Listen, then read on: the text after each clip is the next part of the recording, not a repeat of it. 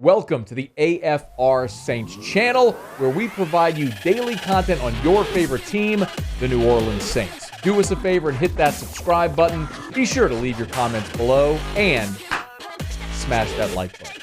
Who dat? All right, so we know the Saints are looking for receiver options. Chad Ochocinco tweeted that he'd like to play for the Saints. He tweeted, "Hear me out. Even years removed, I'm still in better shape than 90% of these earthlings and can play until Can't Guard Mike comes back. Don't need money or a contract, just a company car and a place to stay." He is an idiot, but he is beautiful. I respect the hustle and the grind. This, however, did happen. Breaking news. Mike Garafolo of NFL Media tweeting just a bit ago. The Saints are signing veteran wide receiver Chris Hogan. Obviously impressed in his workouts today, so his NFL career resumes and lacrosse gets put on hold. That's from Mike Garafolo of NFL Media. So Chris Hogan is 33 years old, and if you're familiar, he's bounced around the league a little bit. His best season was with the New England Patriots in 2016. He, in that year, had 38 receptions for 680 yards, but he hasn't played in 16 games since that year, as a matter of fact, in 2016. Now, forgive me, it was 2018 was the last time he played in 16 games. In that 2016 season with New England, he played in 15 games. He followed the next year with just 9 games with the Patriots, played in all 16 games in 2018, but the last 2 seasons played in just 7 games with Carolina. Sean Payton loves him some NFC South, guys. Played in 7 games with Carolina, and last year just 5 games with the Jets. It's obvious what the Saints need right now. They need wide receiver options because they're going to be without Mike Thomas for presumably 5 games. You need defensive linemen because you traded Malcolm Brown, you let Sheldon Rankins walk, and now Onyemata suspended for 6 games. You obviously need help at linebacker. Do you trust Bond and Werner, or do you go get Quan Alexander? They worked out Quan last week. I'm under the assumption that he will be back at some point. And you obviously need help at cornerback, and they signed Brian Poole, who's an option there, but is he really a boundary corner that's going to be your guy? We'll see. Signing Chris Hogan at 33 years old, this feels like a reach. But we've talked about the options or general lack thereof of veteran wide receivers that are available in free agency. There just aren't many. It's a very thin crop this year. Your better option would be, if there's one available, to trade. Now, maybe this is the option where Sean Payton and Mickey Loomis are looking, saying, here's the Band-Aid until Mike Thomas comes back. It's an option, knowing full well that you got Alvin Kamara. You hope some of these other receivers step up this year. Adam Troutman is there that you hope takes a big leap in year 2. But do you really think you can count on Traquan or Marquez Callaway or Deontay Harris or Lil Jordan Humphrey to be the guy?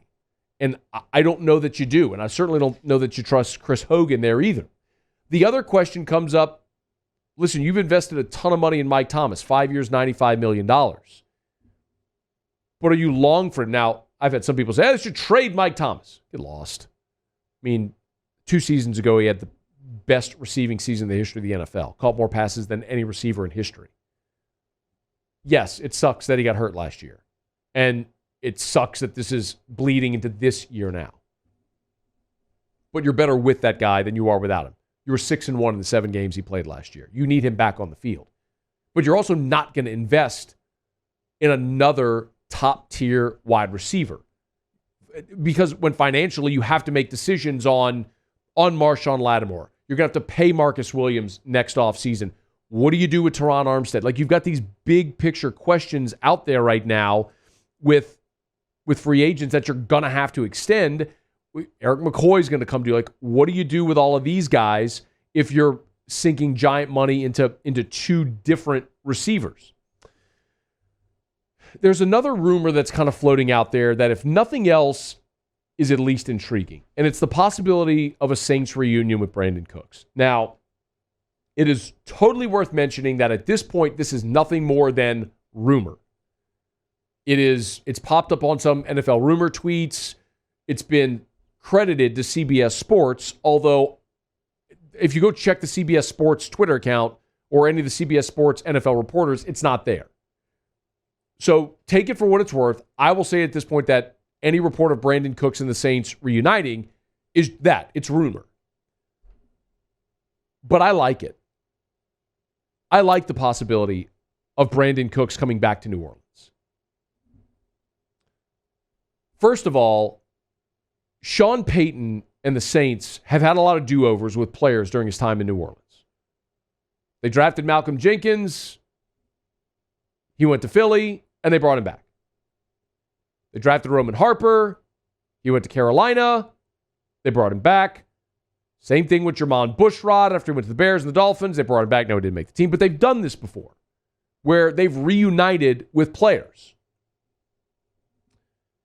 And the thing about Brandin Cooks, which I think is most interesting, is that we have a little bit of a different impression, I think, of Brandin Cooks here because of how it ended. Saints used the first-round draft pick on him. He missed part of his rookie season where he played in just 10 games. But then in his second year and his third year, he went over 1,100 yards in both of those seasons. But it was in 2016, if you remember, in that game against L.A., where he had no targets in that win over the Rams. And after the game, he told reporters, quote, closed mouths don't get fed.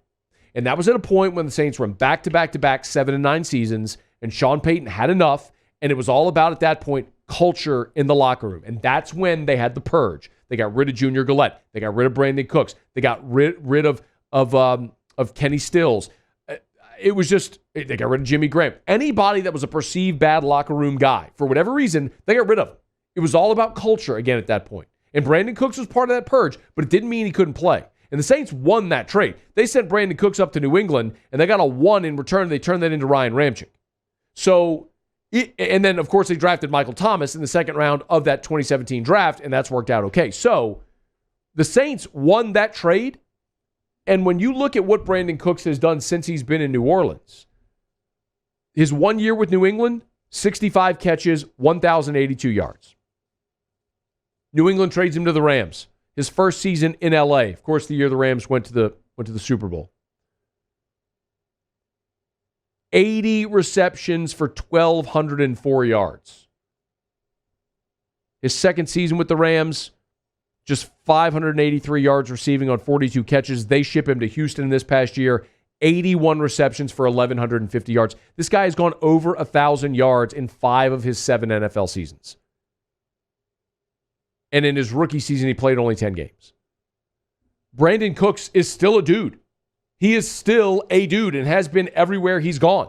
And if at this point in his career, he's been humbled, maybe, and has a chance to come back to New Orleans and be the blow the top off the defense threat the Saints haven't had since they traded Brandin Cooks, who was supposed to be that guy to replace Devery Henderson with that deep threat ability, I like bringing him back. And when you look at Cooks' contract, and again, I don't know how doable this is, but Brandin Cooks' contract is certainly manageable.